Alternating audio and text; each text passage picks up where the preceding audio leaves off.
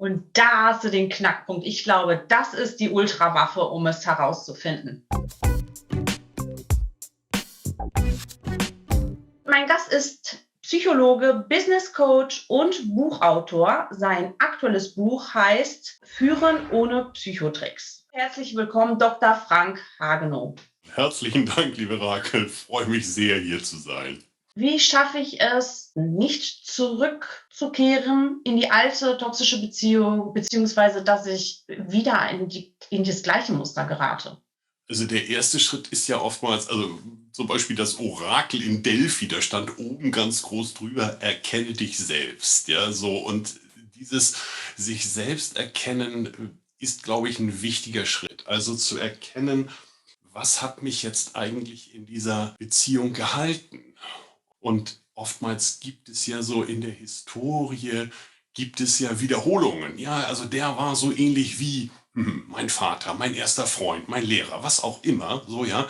Und das zieht sich oftmals wie ein roter Faden durch die eigene Historie. Und da zu erkennen, was zieht mich eigentlich an, was geben mir diese Menschen? Und wenn ich denn dann in so eine Beziehung einsteige, was hält mich denn dort? Im positiven Sinne, also was habe ich an Benefits aus dieser Beziehung, Bestätigung, Anerkennung, aber auch, was habe ich so im Negativen, was mich dort hält? Also der Druck, der Psychoterror, Drohungen, psychische oder verbale Gewalt, also wo ich tatsächlich dann auch unter Druck gesetzt werde, nicht rauszugehen, drin zu bleiben, wo fühle ich mich in irgendeiner Form gefangen. Und das sich anzuschauen, das ist, glaube ich, ein erster wichtiger Schritt, um zu verstehen, was läuft da eigentlich bei mir ab. Denn das Spannende an Beziehungen ist ja immer, du kannst am anderen nichts verändern. Der andere, der ist so, wie er ist. Und das mag dir jetzt gefallen oder nicht, aber so diese Idee von ändere dich, damit ich dich lieben kann, das funktioniert eben überhaupt nicht. Ja, so. Und Menschen sind individuelle und gestandene Persönlichkeiten, insbesondere im fortgeschrittenen Alter. Und das heißt also, am anderen etwas zu verändern, das funktioniert meistens nicht. Ich kann nur an mir selber irgendetwas verändern.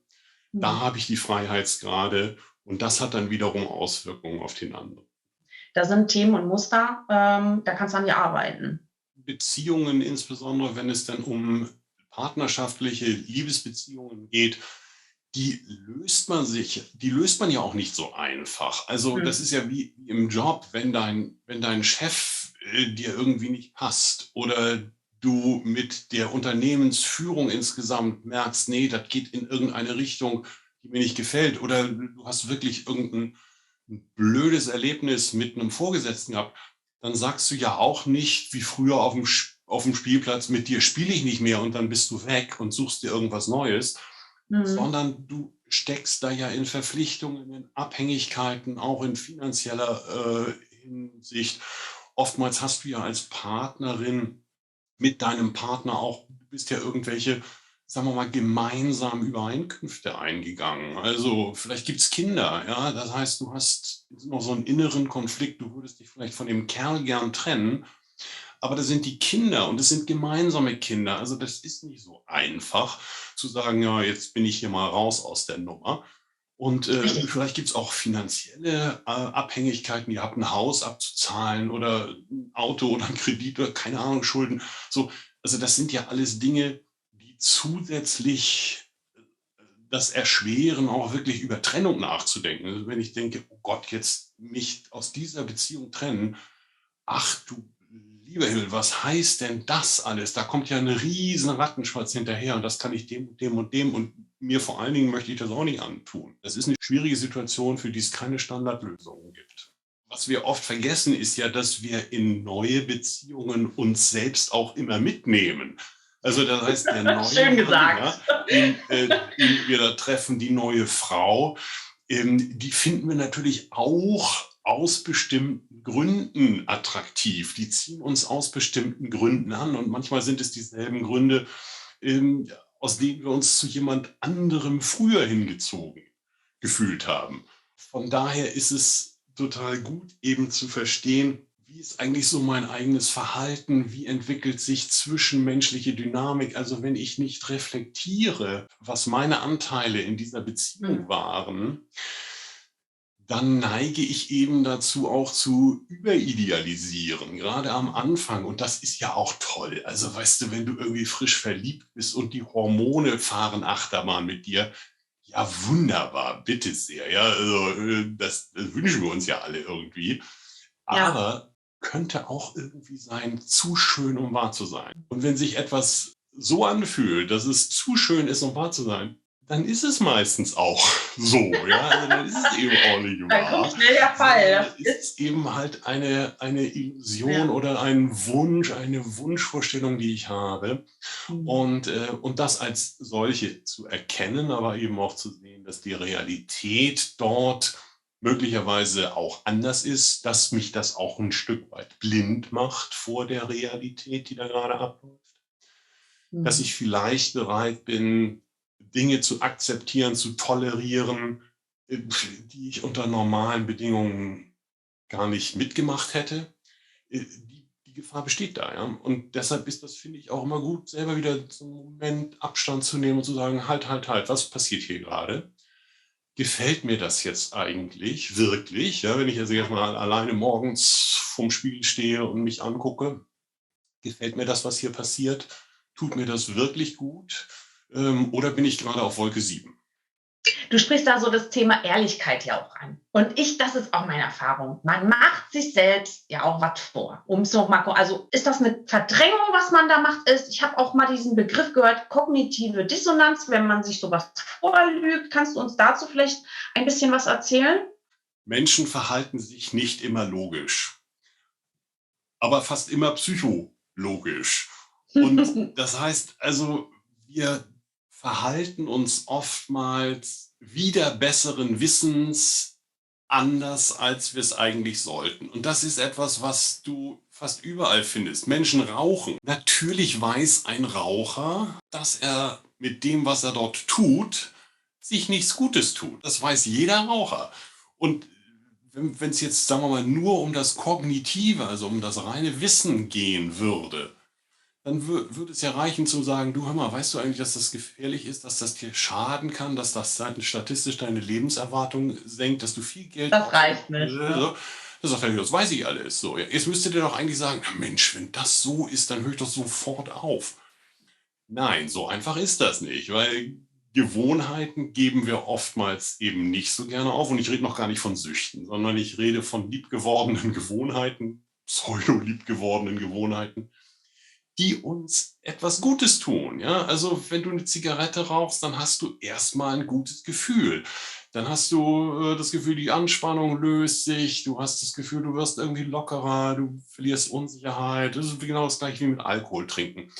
Also das heißt, du hast erstmal einen Benefit, einen Nutzen aus der Situation heraus. Und du hast ja nicht sofort den Schaden. Also, es ist ja nicht so, dass du 2 Zigaretten rauchst und dann kommt einer um die Ecke und sagt: „Mensch, Sie haben Lungenkrebs, Sie haben nur noch 2 Tage zu leben.“ So ist das ja nicht, sondern Ja. du hast ja möglicherweise lange, lange, ähm, wirklich auch Zeit, bis dich dann die negativen Konsequenzen einholen. Und dann kommen so Argumente wie: na ja, also hier Altkanzler Schmidt, ja, der ist irgendwie 100 geworden und hat geraucht wie ein Schornstein. Oder Jopi Hesters, ja, Johannes Hesters, 106 Jahre alt geworden, geraucht ohne Ende.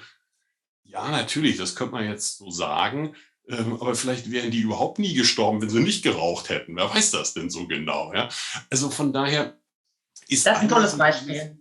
dieser Wunsch nach kurzfristiger Bedürfnisbefriedigung steht oftmals im Vordergrund. Angesichts langfristiger Konsequenzen tritt das irgendwie in den Hintergrund. Das hat Freud schon gewusst. Freud hat schon davon gesprochen, dass es um ein Lustprinzip versus Realitätsprinzip geht. Unsere Lustbefriedigung, die haben wir im ersten Blick sozusagen auf der ersten Seite. Da geht es darum, dass wir uns jetzt besser fühlen wollen, dass wir jetzt irgendwas haben wollen, was uns gerade so einschießt. Und das an der Realität eben zu messen, ist einfach auch ein Stück weit persönlicher Entwicklungsprozess. Wünsche, Bedürfnisbefriedigung auf später zu verschieben, ist so ein Ding, was wirklich auch ja, Disziplin und Voraussicht braucht. Das findest du Super. in anderen Bereichen auch. Wenn es um Kaufentscheidungen geht, dann kann man immer sagen, ja, also der Kopf sammelt die Fakten, aber der Bauch trifft dann letztendlich die Entscheidung. Und so ist das eben in vielen Bereichen auch. Das dauert eben eine gewisse Zeit, bis du von der Entscheidung, ja, eigentlich ist es nicht gut, was ich hier mache, wirklich ins Handeln kommst, in die Umsetzung kommst. Und so ist das in Beziehungen eben auch. Zu verstehen, Moment mal, das ist hier nicht so richtig das Gelbe vom Ei, das, was ich mir so wünsche. Das geht auf Dauer nicht gut. Da sehe ich keine Zukunft drin, ist ja so ein erster Schritt. Das heißt ja noch nicht, dass du sofort einen Ausweg weißt, aber zu wissen, okay, das ist nicht das, was ich eigentlich will.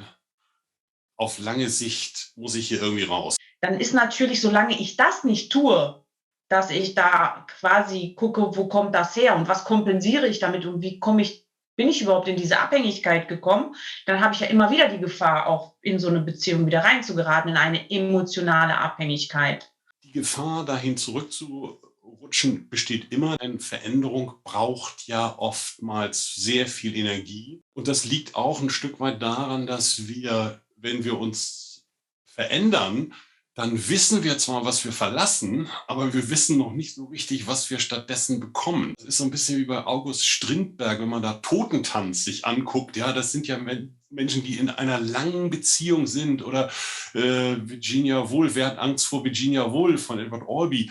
Da sind ja Menschen in einer langen, langen Beziehung, wo man sagt, meine Güte, warum tun die das sich an? Hm. Die Hölle auf Erden, und das schon seit Jahren. Warum trennen die sich nicht einfach? Und oftmals sind ja auch in Beziehungen Veränderungen möglich. Beziehungen sind ja etwas Dynamisches. Und wenn ich mich verändere und ich merke, hier funktioniert irgendetwas nicht in der Beziehung, dann ist aus meiner Sicht der erste Schritt, das anzusprechen mit dem Partner und zu schauen, wie reagiert der da drauf. Ja, also wenn ich jemandem sage, du hör mal, ich bin nicht mehr so richtig glücklich in unserer Beziehung, ich mache mir Sorgen um Dinge oder mir gefällt irgendwas nicht oder ich merke, das geht in eine Richtung, die mir nicht gut tut. Ja, also wenn ich das meinem Partner sage, dann gibt das ja auch eine Chance, also zuerst einmal zu sagen, wie mir es ums Herz ist. Ja, das macht deutlich, okay, ich beziehe einen Standpunkt, ich gebe dem anderen auch eine Chance, das wahrzunehmen und dann zu schauen, wie reagiert er darauf. Und in, sagen wir mal, normalen Beziehungen habe ich ja den Wunsch, dass es dir als meiner Partnerin gut geht mit mir. Ja, ich will ja nicht, dass es dir schlecht geht. Also das heißt, dieser Ansatz, wenn du mir sagst, du, ich bin mit der Situation nicht zufrieden, Ja. dann ist das eigentlich ein Hinweis für mich, da auch mit hinzugucken und zu gucken, wie reagiert mein Partner darauf, wenn ich versuche, da jetzt eine Veränderung herbeizubringen. Und da hast du den Knackpunkt. Ich glaube, das ist die Ultrawaffe, um es herauszufinden. Also da, wo man merkt, es geht gar nicht, meine Gefühlswelt ist halt nicht wirklich relevant in dieser Beziehung. Wir sind ja sehr sensibel für etwas, was uns nicht gut tut. Das merken wir ja, da braucht man ja kein Psychologiestudium dafür. So, ja, das bringen wir ja von Haus aus mit. Und dort Ja. anzusetzen, das ernst zu nehmen, das wahrzunehmen, finde ich, ist ein wichtiger Ansatzpunkt. Du hast auch ja aktuell dein Buch Führen ohne Psychotricks. Und da hast du mir ganz klar gesagt, Raquel, das ist definitiv auch interessant für dich und für deine Community. Es geht auch um Selbstführung. Magst du kurz ein paar Worte zu deinem Buch sagen? Worum Ja, sehr geht's gerne. da? Also Führen ohne Psychotricks, und der Untertitel heißt ja mit Ethik und Anstand Menschen gewinnen. Und natürlich ist es ein Stück weit für die Businesswelt geschrieben, aber es geht eben auch immer um psychologische Manipulation, aber es geht auch um Selbstführung. Es geht darum, wie gehe ich mit anderen Menschen um, insbesondere wenn ich irgendetwas von denen möchte. Und darum, psychologische Mechanismen, Manipulationen, Tricks zu erkennen und zu schauen, wie kann ich mich dagegen zur Wehr setzen. Also von daher würde ich Führung wirklich in einem sehr, sehr breiten Sinn verstehen. Ich sage vielen lieben Dank, Frank, und ja, hoffe, dass wir vielleicht bald noch ein neues interessantes Thema haben, was wir besprechen können. Sehr gerne.